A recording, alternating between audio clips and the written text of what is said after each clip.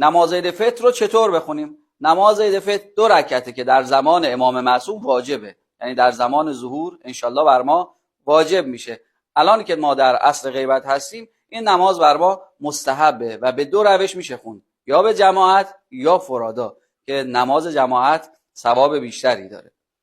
اما اگر به هر دلیلی نتونستیم به نماز جماعت برسیم، خودمون فرادا میتونیم بخونیم. چطور؟ راحت. اول نیت میکنیم، مثلا 2 رکعت نماز عید فطر میخونم رجاءً قربتاً الله، چون به امید ثوابش میخونیم، رجاءً قربتاً الله، الله اکبر.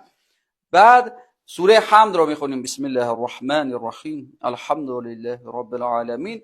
بعد از حمد هر سوره‌ای که خواستیم میتونیم بخونیم، واجب نیست حتما سوره شمس یا سوره اعلی باشه، هر سوره دیگه‌ای رو میتونید. سوره قل هو الله رو بخونید.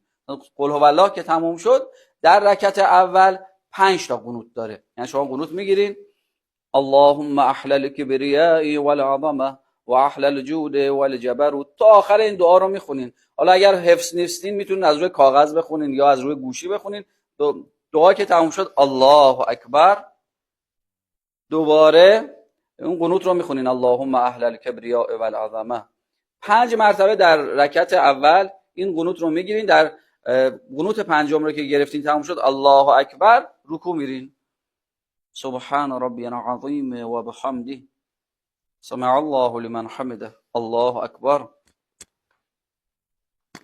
سبحان ربی الاعلی و بحمده الله اکبر الله اکبر سبحان ربی الاعلی و بحمده الله اکبر بحول الله و قوته یقوم و اقعد. بعد دوباره شروع میکنین حمد و سوره رو میخونین.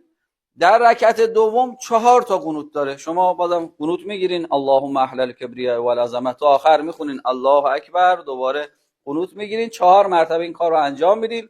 بعد رکوع، سجده و تشهد رو میخونین به همین راحتی که شما الان یاد گرفتین. پس از ثواب نماز عید فطر جا نمونین. اگر نتونستین به نماز جماعت شرکت بکنین، خودتون میتونین فرادا بخونین. طاعات عباداتتون قبول، در پناه خدا باشین. یا علی مدد.